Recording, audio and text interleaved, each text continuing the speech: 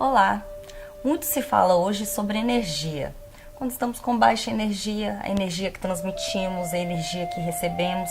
Mas a questão energia já era trabalhada e discutida há mais de 2000 anos pela medicina oriental, termo que engloba a Ásia, China, Japão, Coreia, Tibete, Mongólia e Índia. E eles trabalham para além das leis fundamentais que regem o corpo humano, com pontos energéticos no corpo, com a estimulação desses pontos, através de agulhas, pressão dos dedos, realinhamento de coluna, e possuem uma perspectiva holística.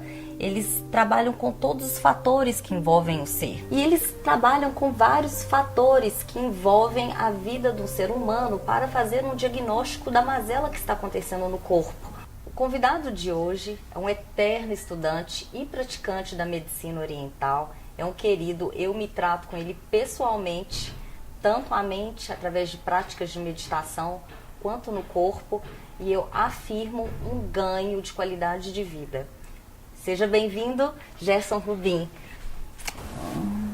Muito obrigado, Paloma. Obrigado pelo convite. Primeiramente, agradecemos a Deus e às leis que regem o universo pela oportunidade e a você por me dar a oportunidade de falar sobre o assunto que eu gosto tanto, que é a medicina tradicional oriental. Que legal, Gerson.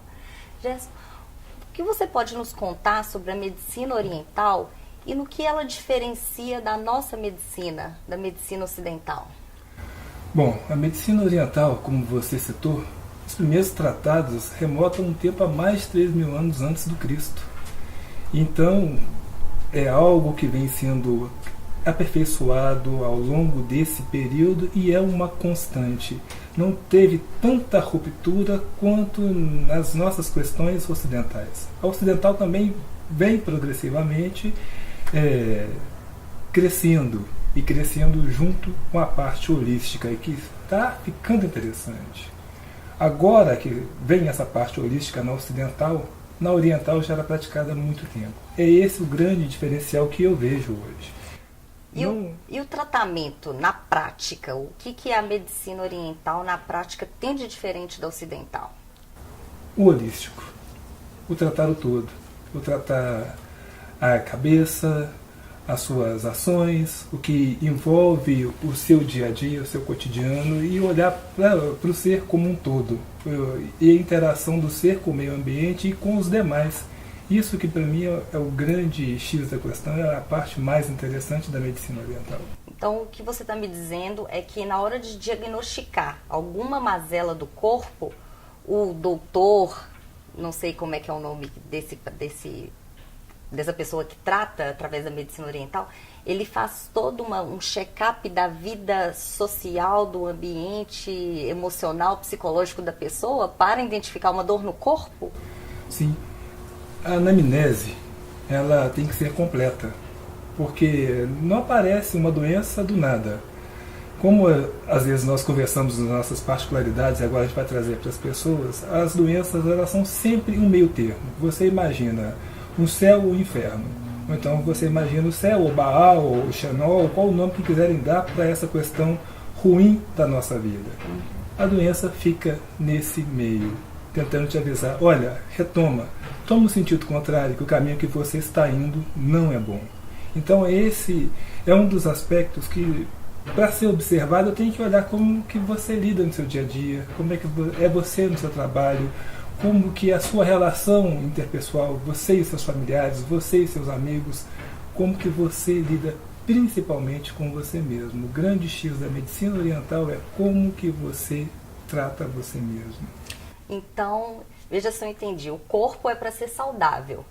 Se alguma mazela está te atingindo, aquilo é um despertador para que você se atente para alguma coisa na sua mente. Que não necessariamente você deva utilizar de medicamentos industrializados, mas começar a procurar, a investigar pelo que se passa na cabeça. Uhum.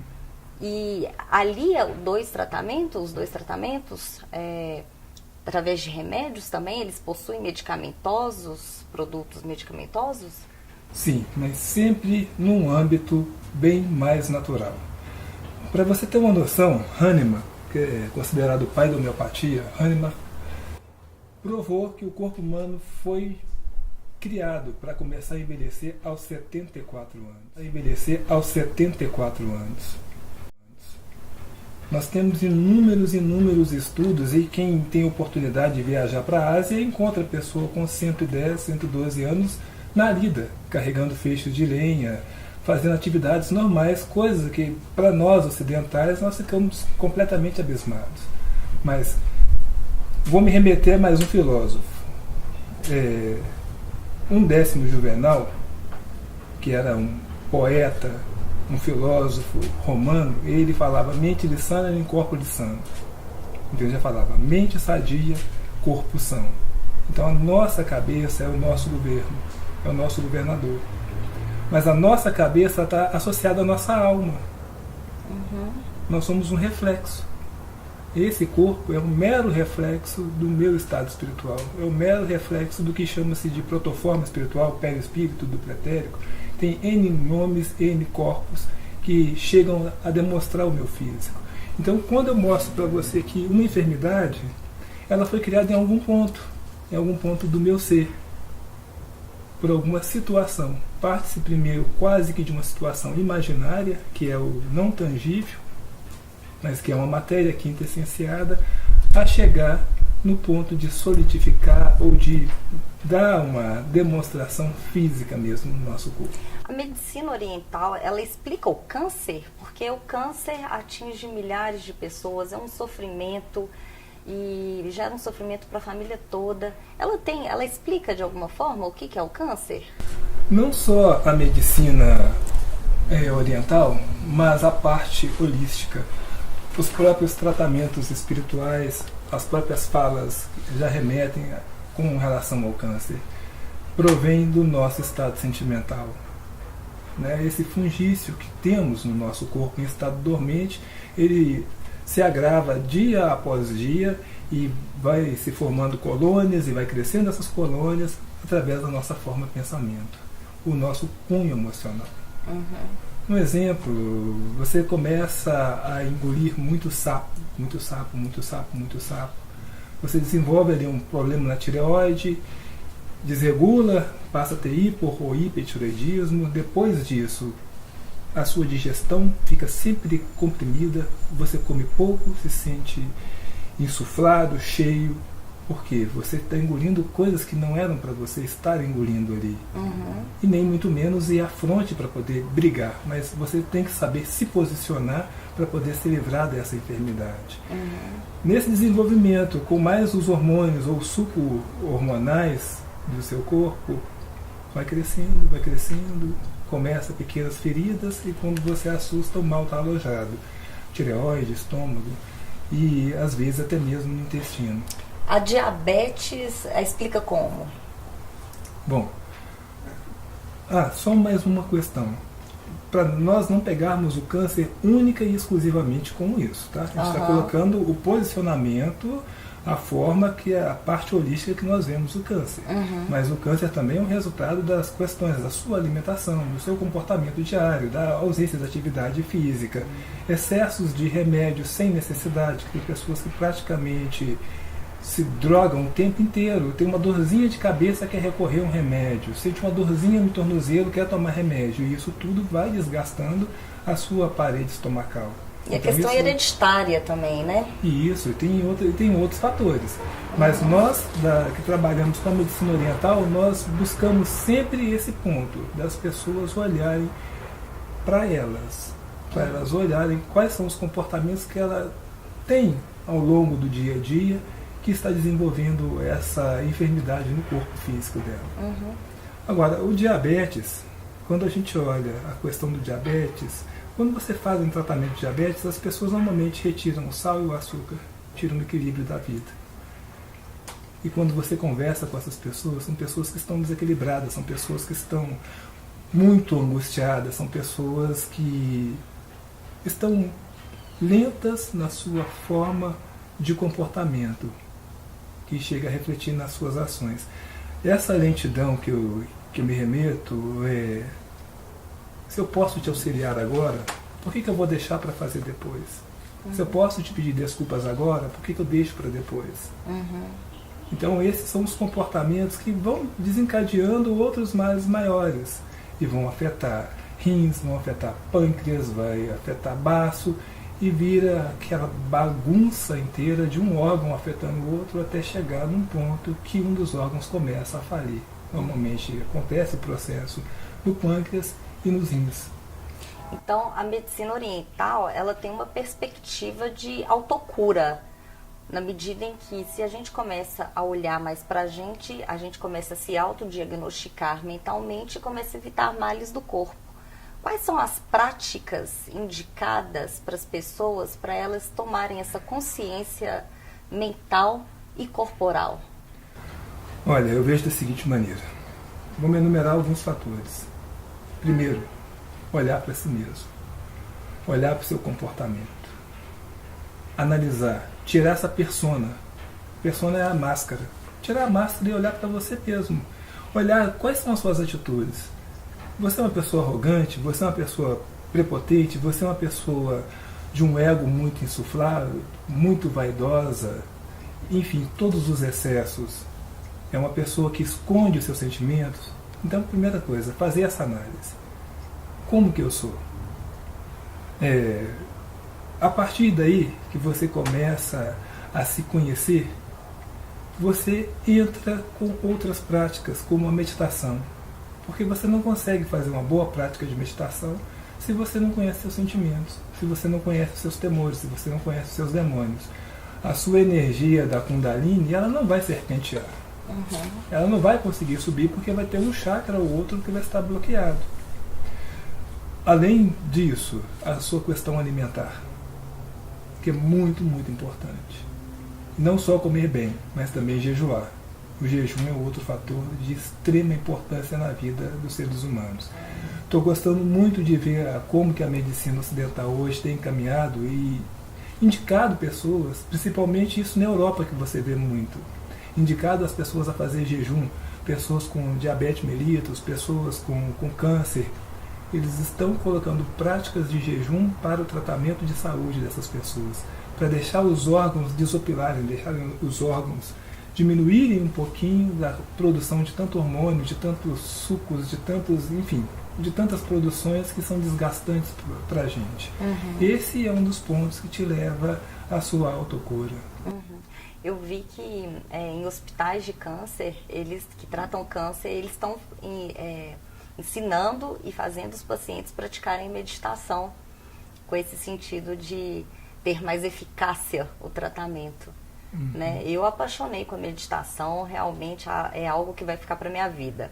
O jejum também estou começando, só consigo fazer um jejum na parte da manhã, mas já é um começo. Sim, começa assim, depois vamos para os jejuns mais extensos, de um dia, 2, 3, 4, 5, 6, 7, mas primeiro vamos praticar. E o mais importante, vamos nos remeter a uma fala do Cristo, que ele fala que o Cristo ele nos ensina que não é o que entra na boca do homem, mas sim o que a mente dele produz, o que sai da boca dele, que é o caso de enfermidade. Então vamos prestar bem atenção nisso, porque quando nós olhamos as questões de meditação, de autocura, a gente fala de fé. E fé é uma palavra que vem do grego, phausi, que é crer em si mesmo e acreditar. Então a autocura parte de você querer, de você crer em você, de você acreditar na sua mudança, de você investir na sua mudança, e depois assim ela acontece. Aí você consegue se autocurar. E a doença, lembrando, como esse caminho do meio, a doença vem, a enfermidade física, ela vem para te livrar de um mal maior, que é quando você está perdendo a sua essência espiritual.